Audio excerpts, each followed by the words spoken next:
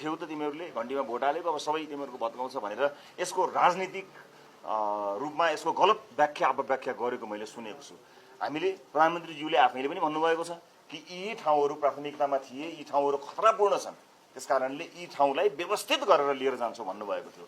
अन्य ठाउँहरूको हकमा अब स्थानीय सरकारहरूले फेरि त्यस्तै उनका मापदण्डहरू होलान्। स्थानीय सरकारको क्षेत्राधिकारमा केन्द्र सरकार प्रवेश गर्ने कुराहरू रहँदैनन्।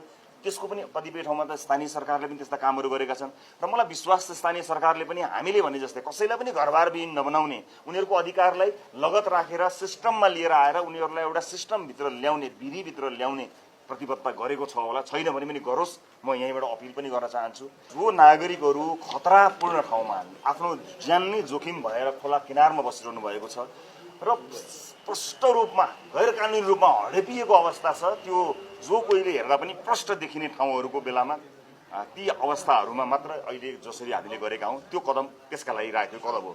यद्यपि यो कदम चाल्दा हामीले के कुरा मध्यनजर राखेका छौँ भने प्रक्रियामा 2 दिन अलिकति दुःख कसैलाई भएको हुन सक्ला, म त्यो भएन भन्न सक्दिनँ। तर तपाईलाई तपाईको माध्यमबाट देशैभरिका साथीहरूलाई म के सन्देश दिन चाहन्छु भने एउटा पनि नागरिकलाई घरबारविहीन बनाउने हाम्रो उद्देश्य छैन। त्यसको लगत सङ्कलन हुन्छ र घरबारविहीन नभएका कहीँ पनि जग्गा जमिन नभएकाहरूका लागि सरकार छ। 2 दिन 4 दिन अलिकति दुःख भयो होला, किनभने राज्यको स्रोतको सीमितता, हाम्रो पहुँचको सीमितताले अलिकति यो प्रक्रियामा केही दुःख हुन गएको हुन सक्छ केही साथीहरूलाई। तर यति विश्वस्त गराउन चाहन्छौँ कि कसैलाई पनि विस्थापित गरिदिने, कसैलाई पनि घरबारविहीन बनाइदिने, सडकमा ल्याइदिने, छाना पनि नहुने, खाना पनि नहुने, नाना पनि नहुने यस्तो अवस्था सरकारले सृजना गर्दैन। अहिले प्रतिपक्षीहरूले अन्य दलहरूले कतिपय मान्छेलाई